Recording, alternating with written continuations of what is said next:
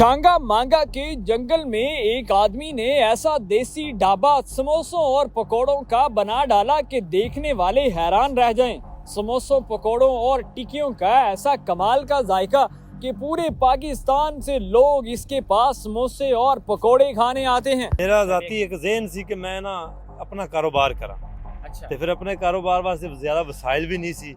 ਇਹ ਸਟਾਰਟ ਕਿੰਨੇ ਪੈਸਿਆਂ ਤੋਂ ਲਿਆ ਸੀ ਤੇ ਅੱਜ ਮਾਸ਼ਾਅੱਲਾ ਕਿਵੇਂ ਰੋਜ਼ਗਾਰ ਜਾ ਰਿਹਾ?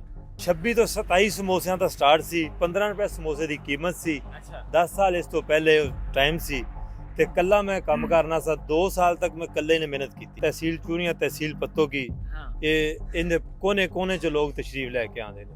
ਹੱਤਾ ਕਿ ਮੇਰੇ ਕੱਚੇ ਸਮੋਸੇ ਦੂਰ ਦੂਰ ਤੱਕ ਵੀ ਜਾਂਦੇ ਨੇ। ਇਹ ਰੇਹੜੀ ਸੀ ਔਰ ਇੱਥੇ ਕੋਈ ਪੌਦਾ ਨਹੀਂ ਸੀ, ਕੋਈ ਸਾਇਆ ਨਹੀਂ ਸੀ, ਇੱਕ ਕਪੜਾ ਸੀ ਔਰ ਉਹਦੇ ਥੱਲੇ ਮੈਂ ਇਸ ਤਰ੍ਹਾਂ ਸਿਰ ਥੱਲੇ ਦੇ ਕੇ ਖੜਾ ਹੁੰਦਾ ਸਾਂ। ਲੋਕ ਤੁਹਾਡੇ ਮਾਹੌਲ ਨੂੰ ਵੇਖ ਕੇ ਜ਼ਿਆਦਾ ਆਉਂਦੇ ਨੇ ਜਾਂ ਤੁਹਾਡੇ ਜ਼ਾਇਕਾ ਤੇ ਕਮਾਲ ਦੇ ਸਮੋਸੇ ਖਾਣ ਆਉਂਦੇ ਨੇ ਜ਼ਿਆਦਾ?